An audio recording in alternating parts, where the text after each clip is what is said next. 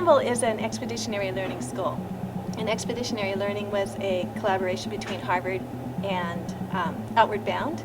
And having an expedition is just one aspect of that whole thing, but it's a pretty important aspect.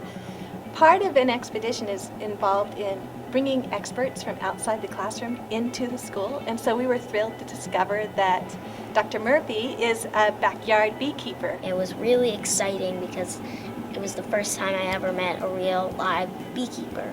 And so he was the one that we called on to come in and share his expertise with the students. The queen does only one thing, and she lays eggs.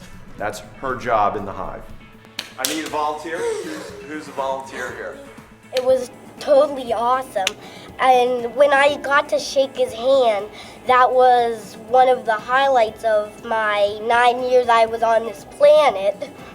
I have a hot knife, and I cut off the face of that comb because the bees have sealed those honeycombs. And then I place this in an extractor, and that allows the honey to come out when I spin it.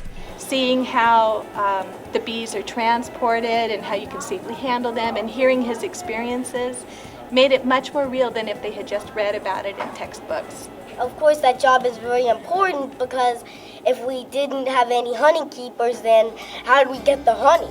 Well, the main parts are the abdomen, the thorax, and the head. If you don't know the different parts of a bee, you don't know where the honey comes from and where you can get stung and everything.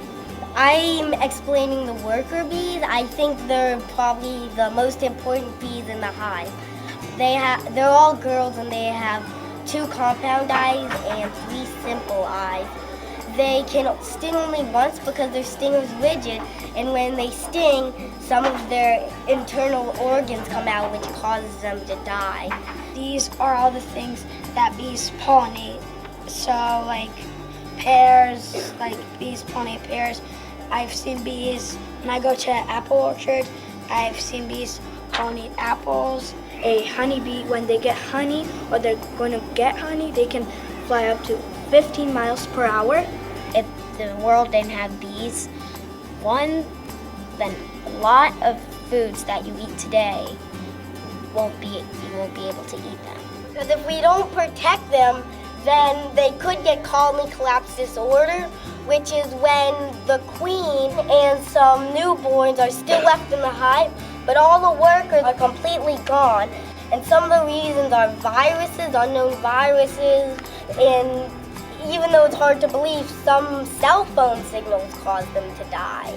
And we could use less pesticide on plants so they won't die much. Then we can plant some more bee-related plants, and so they can drink more nectar. So after they studied the anatomy of the bees and the society and the biology and had the expert come in and tell them about beekeeping,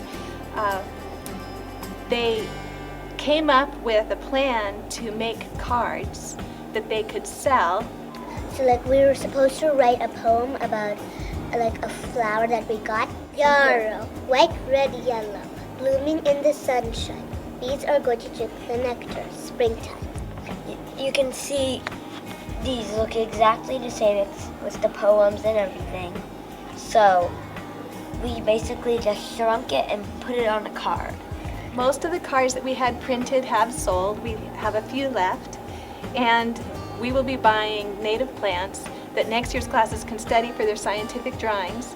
And it's sort of a gift to the future classes, because next year third graders will study bees again, and they will have even more bee-friendly plants here on campus that they can study.